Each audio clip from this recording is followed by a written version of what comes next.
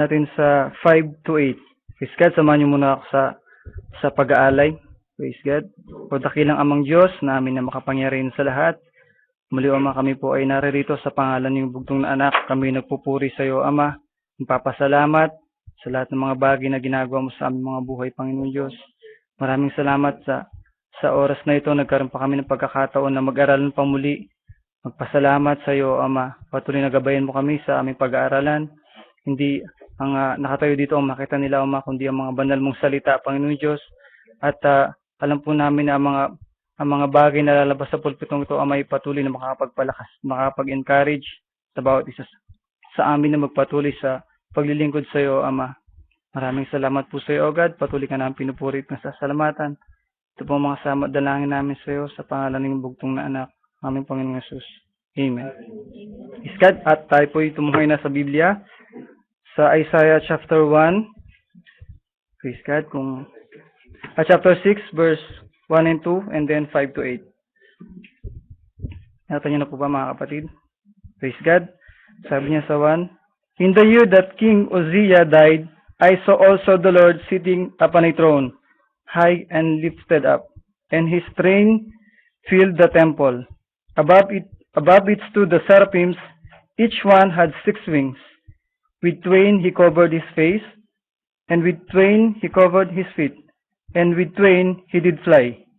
Pagdating sa 5, Then said I, Woe is me, for I am undone, because I am a man of unclean lips, and I will dwell in the midst of a people of unclean lips, for mine eyes have seen the King, the Lord of hosts. Then flew one of the seraphims unto me, having a live coal in his hand, which he had taken with the tongues from off the altar. And he had laid upon my mouth, and said, Lo, this had touched thy lips, and thine iniquity is taken away, and thy sin purged. At sabi sa 8, Also I heard the voice of the Lord saying, Whom shall I send, and who will go for us? Then said I, sabi na Isaiah, Here am I, send me. Praise God. Tayo po natin mga kapuno, mga kapatid. Hallelujah. Praise God. Napakabuti ng Diyos, mga kapatid. Ang title po ng ating maikling exhortation ay Influence. Praise God. Alam niyo, mga kapatid, kapag merong nakatayo sa pulpitong ito, o meron mang nagsishare sa atin ng salita ng Diyos, kapag nalaman natin na totoo yung sinasabi niya at nanggaling sa Biblia, dapat lagi tayo magsabi ng Amen. Praise God. Yun ang expression na naniniwala tayo sa salita ng Diyos. Praise God. Gaya nga nung sabi ng ating pastor, pag tayo ay kumakanta, sinabing pumalakpak at tumalon tayo at pumalakpak. Praise God. Dahil para sa Diyos naman yun, mga kapatid. Sabi nga, hihintayin pa ba natin na hindi natin kayang pumalakpak at tumalon para doon para tayo mag-iisip na papalakpak tayo tatalon? Praise God. Hallelujah. Napakabuti ng Diyos, mga kapatid. Praise God. Yung vision na to, mga kapatid, ay para kay Isaiah. Praise God. Si Isaiah, naging major influence niya, si King Uzziah. Ito sa binasa natin sa verse 1. At kung babasahin natin yung life story ni King Uzziah sa Chronicles, 2 Chronicles chapter 26, kung yung babasahin, mga kapatid, kung paano namuhay si King Uzziah sa harapan ng Diyos. Praise God. Nabuhay si Prophet Isaiah, sa panahon ni King Uzziah. Praise God. Nakita niya kung paano namuhay si King Uzziah sa harapan ng Diyos at kung paano pinalaki si King Uzziah ng kanyang mga magulang na may takot sa Diyos. Praise God. At nakita ng Diyos, mga kapatid, ito yung sitwasyon, mga kapatid. Nakita ng Diyos na si Isaiah, nagiging influence niya si King Uzziah. Nagiging influence niya sa buhay niya si King Uzziah. Kaya binigyan siya ng vision ng Diyos ngayon, mga kapatid, kung sa ating binasa. Praise God. At ang sabi lagi natin na lagi na pagsisharing na hindi natin kailangan ilagak yung ating tiwala sa isang tao na nangyari kay Prophet Isaiah. Naging influence niya si King Uzziah. Praise God. Sabi ng ating propeta, Hindi natin pwedeng ilagak yung ating tiwala sa isang tao, o kung kanino mang pastor, o kung kanino mang ministro. Dahil ito ay, sabi nga niya, it's perishable. Praise God. Tama lang na ilagak natin ang ating tiwala sa ating Diyos na buhay. Praise God. Ngayon, mga kapatid, sa atin sa church natin dito, nakikita natin na ang pastor natin ay namumuhay ng malinis sa Diyos. Praise God. Kung i-quote natin yung sinabi ni Paul, follow me as I follow Christ. Ngayon, na nakikita natin yung ating pastor na sumusunod sa salita ng Diyos, tama lamang na magpasakop din tayo sa Kanya. Praise God. Dahil siya yung ginagamit ng Diyos sa dakong ito. Praise God. Now, yung vision na ibinigay ng Diyos kay Prophet Isaiah, praise God, napakagandang tipo, mga kapatid, kung paano ang ginawa niya, kung ano yung attitude ni Prophet Isaiah dun sa vision na nakita niya, mga kapatid. At ito mga kapatid, yung kailangan ng mga pastor ngayon, kailangan ng mga churches ngayon, mga kapatid. Kailangan nila ng humility. Praise God. Ito yung ginawa ni Prophet Isaiah, mga kapatid. Kung paano yung mga seraphims, paano nila tinakpan yung kanilang mga paa, paano nila tinakpan yung kanilang mata. Praise God. That's a sign of humility, mga kapatid. Dahil nandun sila sa presensya ng Diyos. Praise God. Si Prophet Isaiah, nung nandun siya, nung nakita niya yung vision na yon, nag-confess siya sa Diyos. Sinabi niya na, nagkamali ako. Praise God. At napakagandang attitude yung mga kapatid. Kung sa isang tao, yun dapat ang attitude na paposes ng isang tao. Praise God. Tingnan niyo mga kapatid kung paano finifavor ng Diyos yung humble. Praise God. Ang ginawa ng Diyos kay Prophet Isaiah, nung nag-confess siya ngayon sa harapan ng Diyos, praise God. At ang sabi ng ating binasa kanina, praise God, God made him clean by the live coal. Yung kinuwang live coal nung seraphim at nilagay dun sa kanyang dila, ay sa kanyang mga labi. Kasi kinonfess niya mga kapatid na siya yung nagkamali. Praise God. Kung tayo din naman, praise God, at kung isang tao din naman yung magkukonfess na siya ay mali, pwede siyang linisin ng Diyos. Praise God. Nung tayo ay nabautismuhan, praise God, naging malinis tayo. Nawala lahat ng mga iniquities natin, mga kapatid. Praise God. At kailangan, sa panahon natin ngayon, yun yung kailangan na makumit ng isang tao. Praise God. Yun yung kailangan niya maposes, mga kapatid. I-confess niya na mali siya sa Diyos at sumunod siya kung ano sinasabi ng Biblia. Praise God. Si Isaiah, isa siyang major prophet. Naniniwala tayo dyan. Praise God.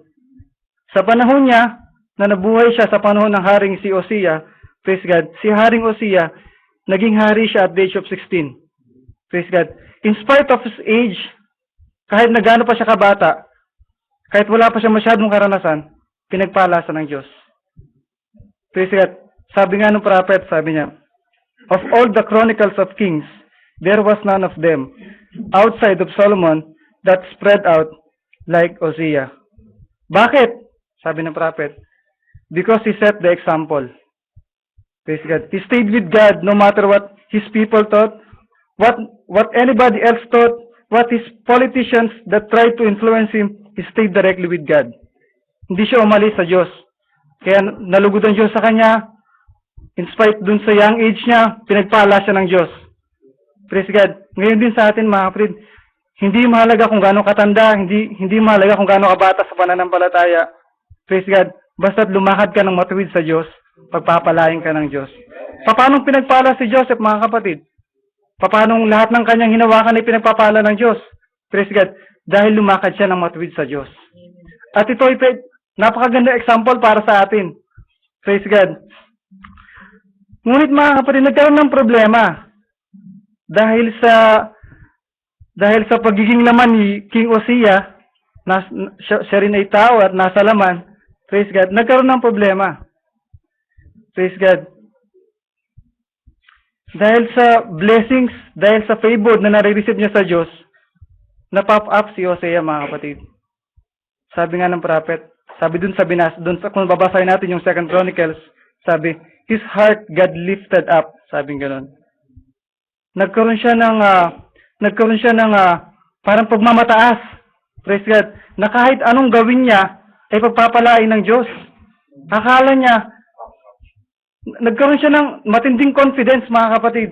Hindi niya alam na unti-unti lumalayo siya dun sa presence ng Diyos. Praise God. merong isang bagay na ginawa si Hosea na hindi niya dapat gawin. Praise God. Isang araw, nagpunta siya dun sa templo, pumunta siya dun sa altar, he tried to burn incense. Nag-offer siya ng incense, which is wrong. Praise God, mga kapatid. Hindi niya part yun eh. Ang sabi nga, kung ating babasahin yung sa Ephesians 4:11, di ba? Sabi, and he gives some apostles and some prophets and some evangelists and some pastors and some teachers for the perfecting of the saints, for the work of the ministry, for the edifying of the body of Christ. Hindi porki pastor ka, hindi porki prophet ka, pwede mo na saklawin yung ginagalawan ng isang posisyon. Praise God. Kung ano ang inanoint sa'yo ng Diyos, you must stay with your calling. Praise God. Doon nagkamali si King Hosea. Praise God. Masyado siyang naging self-secured, mga kapatid. Masyado siyang naging self-secured para lahat ng mga bagay na gawin niya, akala niya, ito ay tutupa sa harapan ng Diyos. Ito ay matuwid pa sa harapan ng Diyos. Praise God. Sabi nga, kung titignan natin, matuwid parang ang tuwid nung kanyang ginawa. Mag-burn siya ng incense sa harapan ng Diyos. Kung titignan natin, napakatuwid, di ba mga kapatid? Praise God. Pero hindi yun ang kalooban ng Diyos. Nasabi nga ng Proverbs, there's a way which seemeth right unto a man, but the end thereof are the ways of death. Praise God. We must always stay kung ano yung kalooban ng Diyos. Kung saan ka dinala ng Diyos, you must stay with it. Pagyamanin mo. Praise God. Kung teacher ka, wag mong hangarin maging pastor. Kasi hindi yun ang ginawa sa iyo ng Diyos. Praise God. Kaya ka ginawang teacher ng Diyos, kasi mas magagamit ka niya dun sa pamamaraan na pagiging teacher. Praise God. Hallelujah. At alam niyo mga kapatid, nung kinurek si Haring Hosea, praise God, instead na mag-humble siya, gaya ng ginawa ni Isaiah, nagalit siya. Praise God. At ang sabi niya siguro sa isipan niya, hari ako, hindi niyo ako kailangan correct. Mas nakakataas ako sa inyo, kung ano yung ginagawa niyo, kaya ko rin gawin.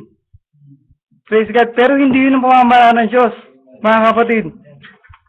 Sa panahon natin, mga kapatid, kapag yung matandang sa pananampalataya, pagka ikinurek ng bata, magagalit pa. Praise God.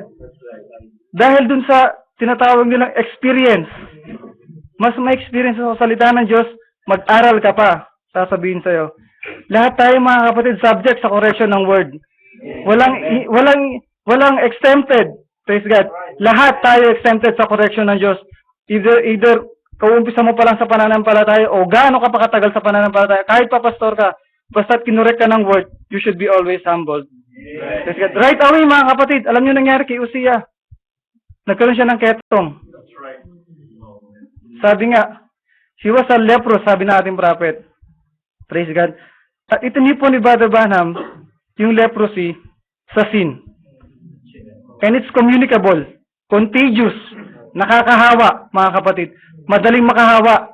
At yung mga churches ngayon, mga denomination ngayon, kung hindi sila aalis sa kredong kinatatayuan nila, lalong-lalo na yung mga pastor ngayon, praise God, madali nilang mahawa yung kanilang mga miyembro. Praise God. Kung ano yung paniniwala nila, yun din yung ma-inject nila sa miyembro nila. Praise God. At magkakaroon ngayon, mga kapatid, ng total outbreak ng wrong belief. Praise God. Tingnan nyo mga kapatid sa panahon natin, imagine nyo na lang, ang daming naniniwala, ang dami sa panahon natin ngayon na maling paniniwala.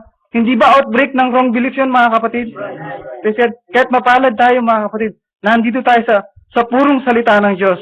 Praise God. The thought of being self-secured can make a man fall. Praise God. The thought of being self-secured, yun yung nangyari kay Hosea kung bakit siya nahulog. Praise God. At gayon din naman na nangyari sa panahon natin ngayon. Ang mga churches, mga kapatid, nagiging self-secured sila. Their intellects had become their major influence. Praise God. Yun yung pinaka naging stumbling block nila, mga kapatid. Praise God. Yung intellect nila, doon sila ngayon nagbase. They thought hindi natin kailangan ng God's provided way. Kasi makakagawa tayo ng sarili nating paraan para iserve ang Diyos.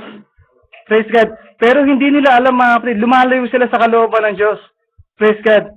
Sabi nga ng prophet, hindi na sila maturuan.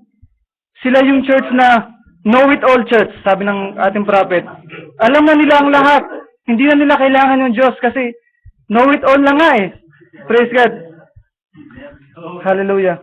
Sabi nga, hindi porki mayaman yung mga churches nila, ibig sabihin pinagpapala na sila. Hindi ibig sabihin, nandun sila sa salita ng Diyos. Ang sabi nga ng prophet, prosperity doesn't always represent success in Christ. Sometimes it's the other way around. Sabi natin prophet. Mas madalas yun yung kabaliktaran. Praise God. At alam niyo mga kapatid, yung naging stumbling block nila mga kapatid, kung bakit nangyari mga bagay na to, yung kayamanan. Praise God. At yung wealth nila, nagdala sa kanila ng pride. Ang sabi ng prophet, you should always keep God between you and the other things. Kapag ka merong mali, ikabit mo ang Diyos sa gitna mo. Praise God. Anong nangyari sa kanila? Meron ng mali, ikinabit nila yung pride sa gitna nila. So wala nang paraan ng Diyos ngayon para makapangusap sa kanila. Praise God. Tingnan niyo mga kapatid, merong 3 pamamaraan na ginawa ang Diyos kay Isaiah. Praise God. Dun sa vision na yun. Praise God. Una, reverence and humbleness. Yung pangalawa, yung cleansing. Pangatlo, yung commissioning. Praise God. Si Isaiah, nag-confess siya na siya ay mali. Praise God. Inamin niya sa Diyos na masyado siya nag-lean dun kay Prophet Uzziah, na which is hindi tama. Praise God. Kinonfess siya na siya ay mali. Pagkatapos nun, mga kapatid, cleansing. Praise God.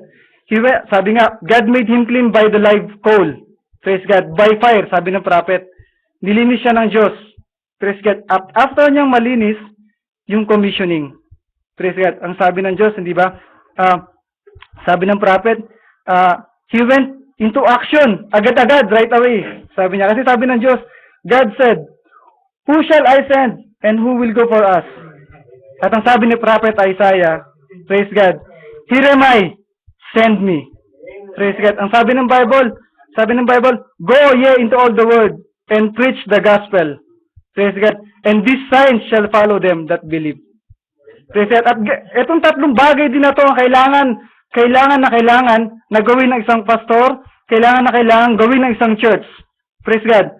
Yung unang-una, mabalikan natin, yung reverence and humbleness, cleansing and commissioning. Praise God. The churches today, they should be, they should confess in humility, sa kababaang loob, na sila ay mali. Kailangan nilang iwanan yung kinatatayuan nilang mga kredo. Kailangan nilang tanggalin yung mga unawang natutunan nila sa eskwelahan. Kailangan nilang i-confess sa Diyos na wala ibang tama kundi siya at nagkamali sila. Nang sa gayon, magpuproceed sila dun sa next step, yung cleansing. Otherwise, hindi sila magtutuloy-tuloy hanggang sa pangatlo, kung dun sa una pa lang, magka-fail na sila. Praise God. After nun, cleansing, they will be baptized with fire. They will be baptized in the name of our Lord Jesus Christ for the remission of sins, sabi nga. Praise God. At ang pangatlo, they have the right now to preach the gospel of God. Praise God. They should live by the truth and they must share what the Bible says. Praise God. And without reservation. Praise God. Walang inaalala doon sa kanilang sinishare. Dahil ito ang sinabi ng Diyos. Praise God. Hindi porki mayaman yung kaharapan mo, yung nasa harapan mo, sinisharean mo, magkakaroon ka ng mga bagay na hindi mo kailangan sabihin sa Kanya. Dahil maikli yung buhok niya, hindi mo kailangan sabihin na maikli yung buhok niya. Praise God. Kailangan mong sabihin dahil ito ang totoo. Baka yun na yung huling chance mo na mamit mo yung taong yun. Mas maganda pang sabihin mo na yung totoo para wala kang pananagutan sa Diyos pagdating ng araw. Praise God. We should always stay where the kingdom of God is. Sabi nga ng prophet. Kung saan nagpo-pour out yung glory ng Diyos at kung saan pinapakain niya tayo ng kanyang mga salita day and night. Sabi ng prophet. Praise God. May isang ang kwento ang prophet. Meron siyang an example mga kapatid. Praise God. Sa isang ball game, sabihin natin sa isang basketball game, kapag yung kasama mo ay may dala-dala ng bola at gusto niya mag-drive papasok sa loob, nakita mong pa-drive siya papasok sa loob at merong yung depensa niya ngayon, yung isang defense papunta sa kanya para harangin siya. Ngayon, ang sabi ng prophet, praise God, kailangan mong gawin ngayon, ikaw nakasama niya, kailangan mong gawin ngayon lahat na makakaya mo, screenan mo yung sasalubong sa kanya para tuloy-tuloy na makapag-lay up o makascore yung kasama mo. Praise God. Ganun din mga kapatid, sabi ng prophet, kapag nararamdaman mo na mayroong gagawin ang Diyos sa buhay mo, praise God, abstain from wrongdoings. Alisin mo lahat ng mga bagay na makakahadlang para mag-penetrate yung Diyos sa buhay mo. Praise God. Sabi nga ng prophet, knock everything, sabi niya. Knock everything that will try to keep you away from God. Praise God. Kapag naramdaman natin nakikilos ang Diyos sa buhay natin, huwag tayong gagawa ng mga bagay na makakahadlang sa Kanya upang magtuloy-tuloy yung pagpapala niya sa ating buhay. Amen. Praise God. Tingnan niyo mga kapatid. Praise God. Ang sabi nga nung nakaraang mga message, praise God, untapped resources mga kapatid. Praise God. Paano natin magagalaw yung untapped resources na yun mga kapatid kung wala tayong ginagawa? Praise God. Paano natin magagawa yon? Sabi nga, get out of your boat. Sabi nga, praise God. Umalis tayo doon sa sarili nating kaunawaan. Umalis tayo doon sa sarili nating kakayahan. Hayaan natin ang Diyos ang kumilos sa ating buhay upang ma-enjoy natin yung untapped resources. Praise God. Hallelujah. Tingnan niyo mga kapatid kung gaano kahalaga yung influence. Sabi nga, in definition ng influence, sabi, is a power to have an important effect on someone or something.